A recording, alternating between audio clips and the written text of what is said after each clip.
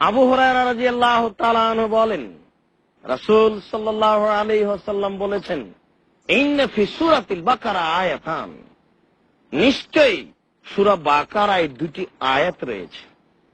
ইউকরাউ ফি বাইতিন ইয়ানফিরু শায়তান মিনহু, যখনই কোনো বাড়িতে সেই আয়াত দুটি পড়া হয় তখন সেই বাড়িতে শয়তান থাকে না, শয়তান সে বাড়ি থেকে বের হয়ে যায়, পালিয়ে যায়। সেই আয়াত দুটি হচ্ছে, কেউ যদি সূরা বাকারার শেষ দুইটি আয়াত মাগরিবের পরে পরে বাড়িতে, এশার পরে পরে বাড়িতে, এই বাড়িতে শয়তান থাকবে না। বুখারী মুসলিমের হাদিস।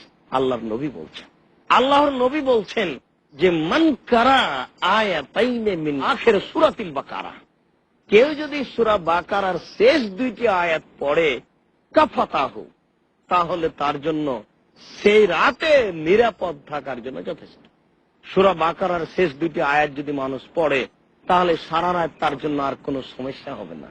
সম্মানিত দর্শক মণ্ডলী, সূরা বাকারার শেষ দুটি আয়াত পড়লে বাড়িতে শয়তান থাকবে না। আমরা এভাবে মিলাদ অনুষ্ঠান করছি নতুন বাড়ির জন্য, নতুন দোকানের জন্য, আর হাফেজদেরকে ডেকে নিয়ে আসছি। তারা কি পড়ছে না পড়ছে তাদের জন্য আমরা খাওয়ার পেশ করছি, আবার কিছু শেষে টাকাও দিচ্ছি, কাজটাও বেদাত। খাওয়ালাম, এটাও ক্ষতি হলো নিজের অর্থের, আর এইভাবে পড়ালাম, পড়ার জায়গাতে পাপ হলো, এটাও ক্ষতিগ্রস্ত হয়ে গেলাম। কেননা এটা বেদাত, এটা রাসূলের পদ্ধতি নয়, এটা একটা রাসূলকে উপেক্ষা করার মাধ্যম। আল্লাহর নবী বলছেন, যেই বাড়িতে সূরা বাকারার শেষ দুইটা আয়াত পড়া হয় সেই বাড়িতে শয়তান থাকে না। আপনি নতুন বাড়ি করেছেন, কল্যাণ চাচ্ছেন, আপনি এখানে সূরা বাকারা পড়ুন, আপনি এখানে সূরা বাকারার শেষ দুইটি আয়াত পড়ুন।